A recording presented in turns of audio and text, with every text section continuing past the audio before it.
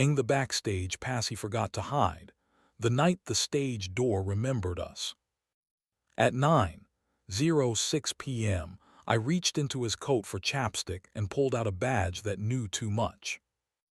It was laminate, scuffed into legitimacy, yellow around the edges, ORPHUMTHEATRE all areas, and on the back a square of tape with his initials and today's date in a hurried hand.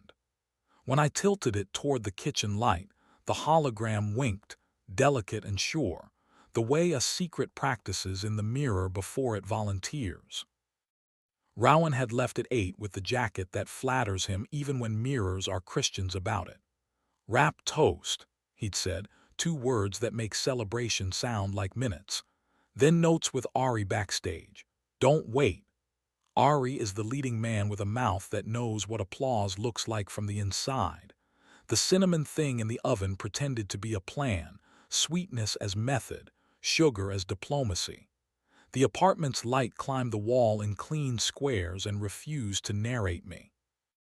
I pressed the badge against my thumb until the lanyard left a dent, then slid it into my pocket where bruises feel useful. I didn't text him. The distance between a thumb and a decision is sometimes a cliff. I took the jacket that knows how to stay quiet and let the door ease shut behind me like a promise I didn't deserve. The Orpheum sits on a street that learned to pose once its scaffolding left. Brass taught itself restraint against black glass. The old marquee believed in neon in a way that made everyone behave better. The alley along the stage door smelled like rain that had changed its mind. A kid with a headset and too much confidence pointed at my badge and decided I belonged to someone else's schedule. He pressed a button, and the door buzzed, and the night consented to be a hallway. Backstage is a religion made of gaff tape and willingness. The corridor narrowed on purpose, the way churches insist you mean it. On the wall hung a call sheet the size of a promise. Ari's name sprawled across it in clean letters, and under it, after notes with R, the word after did more work than it needed. The headset kid handed me a spare mask and nodded toward the green room as if I were an apology he'd seen before. I didn't go to the green room. I found the stage instead, a dark ocean with islands of tape where actors remember how to be true in the same place twice. Out past the wings, the audience's breath smoothed itself into a single creature.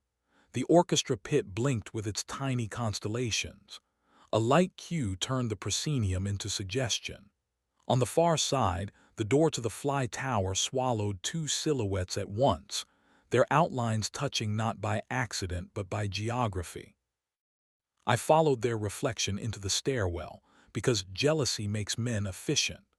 Light leaked up the steps like an invitation that forgot to be polite. I climbed into the rigging level where the ropes run, and the catwalks explain gravity to people who try not to hear it. Above me, the grid hummed with electricity and dust and earlier versions of every line anyone had ever believed. Ari's laugh arrived first, then Rowan's answer in the register he saves for rooms with dimmers. They were on the lower catwalk, close enough to the drop curtain that the city outside became a soft rumor. Ari leaned on the rail with the posture of a man who knows he is being watched even when he is. Rowan stood half-turned toward him, jacket off, shirt open a notch beyond daytime, hands talking like they'd been asked to audition for truth. I could have coughed, the classic. I could have said his name. Instead, I put my palm flat on the cold steel and waited for my breath to decide what it wanted to be when it grew up. "Eli," Rowan said without turning, the way a man says the word that will stop or start history. Some part of me I didn't ask for had given me away. Ari shifted his weight with unremarkable grace, the grace that gets men out of rooms without being accused of theft. He didn't retreat. He edited himself to the edge of the light and let the catwalk be the thing he was saying. "I'll be downstairs," he said. Not apology, not dare, competence. "Stay," I said, because if I wanted theater I would have texted. My voice behaved better than I did. Rowan glanced at the near corner where a camera pretended to be asleep. He nodded toward the far landing where a door opened onto a wedge of roof designed specifically for smokers and decisions.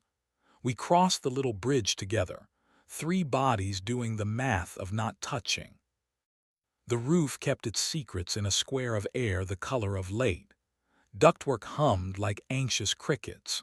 The rail had learned the language of palm and heat. Down on the street, a delivery mope wrote frantic punctuation for no one in particular.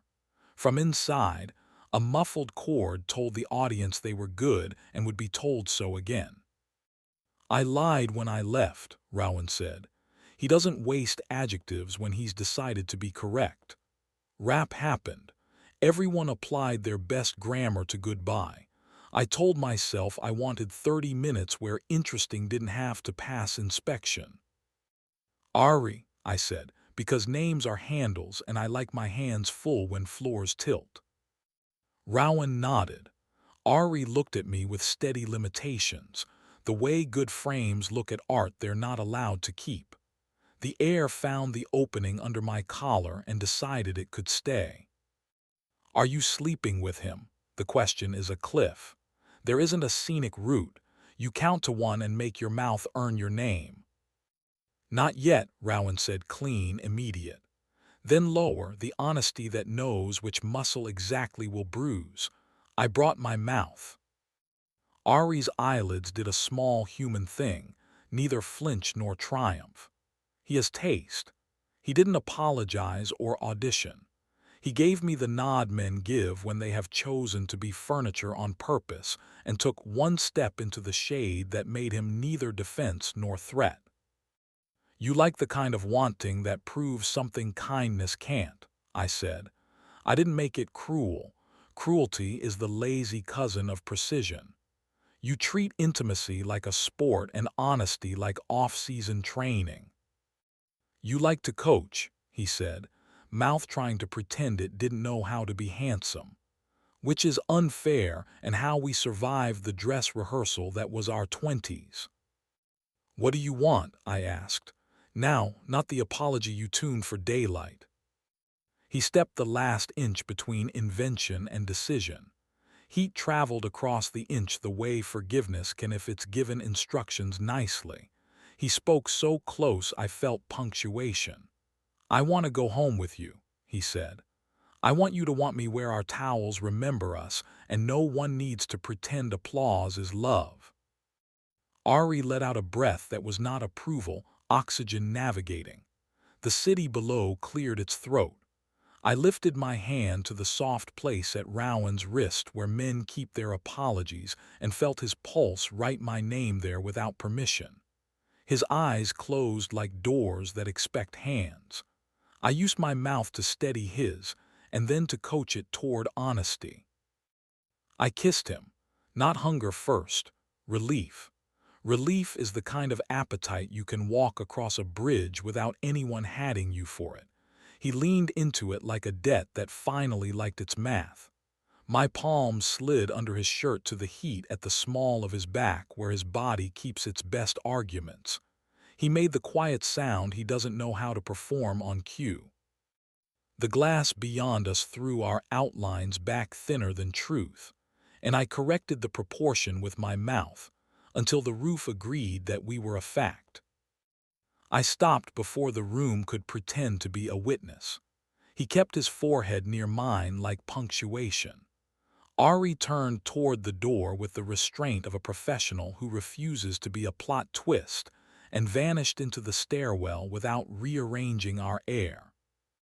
We walked back along the catwalk together with the caution earned by men who have just remembered they live somewhere else. The headset kid passed us with a nod that meant I am paid to see nothing, and I like that about myself.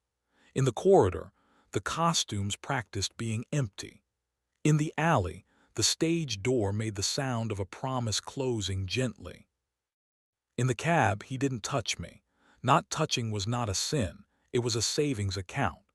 At home, the cinnamon had held its heat with indecent loyalty. We ate it at the counter with our fingers because forks would have made it ceremonial. He watched my mouth like men check the time at the end of a long shift, hopeful, resigned, grateful. I slid my palm under his shirt again and found the heat like a street I refused to forget. He leaned into me with the weight gratitude prefers. We were careful in bed, not the kind of careful that kills heat, the kind that knows where to fold it. He knows where to lay his palm on my ribs so the rest of me turns without issuing a statement. I know where his shoulder hides when it doesn't want to confess, and how to coax it into telling the truth with weight and breath, and a mouth that has stopped trying to rescue him and still wants him. I won't give you choreography. I'll tell you the room remembered to breathe, and the morning forgave us because it had other work to do. We slept the sleep that has terms and conditions. Morning buttoned a clean shirt on our choices. He made coffee the way he does when he wants me to listen. I opened the windows to see if mercy could afford us. The badge sat on the table between us like a witness who hadn't decided whether it wanted to testify. He started with small truths because small truths keep larger ones upright. The notes had run long. The backstage made the city feel navigable. Ari's attention had the grammar he'd been wanting to try on. He ran out of script and reached across the table with his hand open like someone who has learned that the miracle is not forgiveness, but the chance to apply for it. He said he is tired of being interesting for a living, that he wanted to be wanted the way stupid teenagers are, earnest, badly lit, forgiven in advance. He said he imagined my mouth more than once up there and felt ashamed of the math. He said he was sorry like a man who knows sorry is a tool, not an eraser. I did not forgive him at the table. Forgiveness is a daylight animal in morning's charge. I told him to put on the coat that doesn't belong to stage doors and walk with me to the canal where water lies about Paris, and we let it. On a bench that likes us, we watched gulls fail cheerfully at precision. He hooked his thumb in my pocket like humility. I let him. 2 nights later, I saw Ari in the Orpheum lobby, lemon and ambition mixed into a cologne the building overused. He gave me the nod men give when they have chosen to be furniture on purpose. He didn't apologize and I didn't deputize. We shared an elevator that spelled our names backward and neither of us corrected it. It isn't that we agreed. It's that we learned to read ourselves both ways. The badge lives now in the drawer with tape and warranties and paper we can't throw away without killing a Saturday. I do not trust rectangles that make doors remember me. I trust the smell of cinnamon at 4. The square of light climbing our wall like it has something to recommend. The heat at the small of his back when my hand decides to remember. If another laminate ever pretends to be art and shakes itself out of a book, I will do what I did the night the stage door remembered us. Find air, choose kissing over theater, walk him home with my hand at the part of his body that knows the address, and keep teaching our door, gently, stubbornly, in as many attempts as necessary to open from the inside.